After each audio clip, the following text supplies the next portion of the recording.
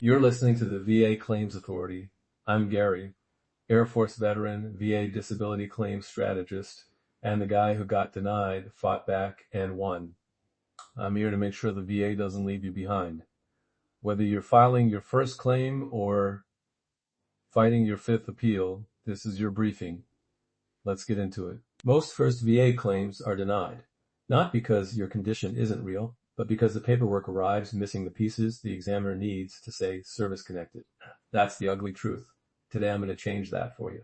In 10 minutes, you'll walk away with one thing, a 5-piece packet you can assemble and send so your claim is ready to decide on day one. Here's the quick list. The 5 pieces. 1. Service records in your DD 214. 2. Medical records from VA and private providers. 3. Buddy and lay statements. 4. Nexus evidence, DBQ or a focused nexus letter. And 5. The correct VA forms completed and signed.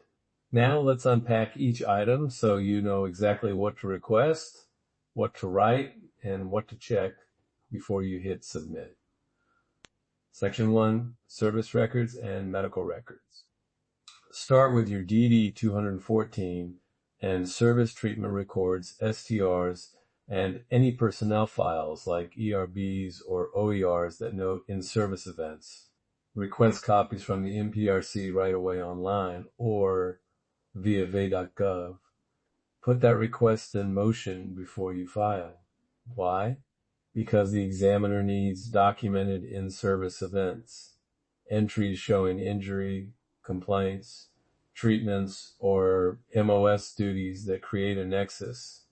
Examples are documented back pain complaints, heat exposures, training incidents, or hospitalizations. If you add a line on a morning report or a dental record mentioning an accident, include it. For medical records, pull everything from the VA and any private clinics that treated the condition. Don't guess what matters. Include emergency room notes with dates, initial treatment entries, follow-up visits, and prescriptions. Highlight or note language that shows onset and continuity. Phrases like patient reports ongoing pain since 2008 or symptoms began while on deployment are gold. If you treated at a civilian ER for the same issue after service, include that too. It shows continuity. Make a short 2-line index at the front of your packet, listing each record and the date range so the examiner can scan it fast. Section 2, Buddy and lay statements plus nexus evidence. A good buddy statement isn't a novel. It's short, factual, and specific. Use a template, name, relationship, how long they've known you, then 3 facts, what they observed, how often, and when it started. Example lines you can copy. I saw John limping after the training accident on June 12, 2007. He used a cane around the house from 2008 onward. The limp was present at least twice a week and got worse after deployment. That establishes observability, frequency, and onset. Who qualifies?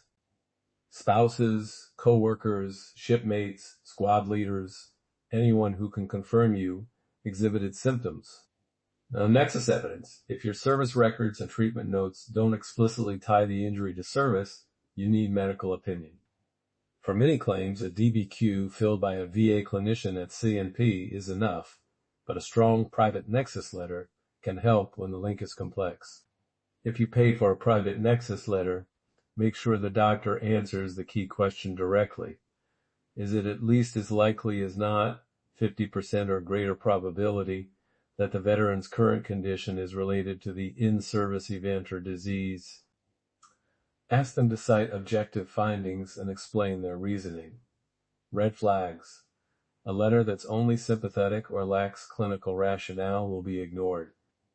Prefer a focused opinion that cites dates, symptoms, and medical reasoning. Section 3, Forms, CNP alignment, and the nitty-gritty of submission. The core forms, VA Form 21 to 526EZ to file the claim, VA Form 21-4138 for a supporting statement, and VA Form 21-4142 to authorize release of private records. When filling 21 to 526 EZ, complete sections I through 3 now veteran info, service periods, and list each condition exactly how you want it evaluated. On 21-4138, put one short paragraph per condition. Condition, first noticed brief summary of how it impacts daily life. For 21-4142, check the box authorizing release of private records and sign the dates, missing authorizations, stall requests. Arrange your packet so the examiner sees the logical trail. Cover page with index, your completed 21 to 526 EZ, signed 21-4142, then service records, then medical records in chronological order, then buddy statements, then any nexus letter or DBQ. Use headers and page numbers. For CMP prep, tie specific phrases to reading criteria. For example, if you're claiming knee instability, include medical language about anteroposterior translation or the frequency of giving way. That helps the rater map findings to percentage tables faster. Action step. One concrete thing you can do right now. Go to va.gov, download VA Form 21 to 526 EZ and VA Form 21-4142. Fill sections I3 of the 21 to 526 EZ with your full service dates, and list your top 1 or 2 conditions with the earliest date you remember symptoms. Sign and date the 21-4142 to authorize records release. Then, submit the e-claim or mail the packet to your regional office, and at the same time, file an NPRC records request for your STRs. Do those 3 things today, and you've already reduced the chance of a denial for missing evidence.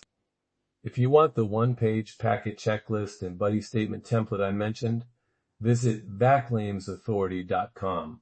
You'll find the download in the episode notes. If this episode helped you, share it with a veteran who needs it, and leave a review so more vets find this guidance. That's your briefing. Now go execute. If you need help, an audit, a rebuttal, or a full strategy session, head to VAClaimsAuthority.com. I'll see you next episode. And remember, your service earned this. Don't let paperwork take it from you. The VA won't tell you this. I will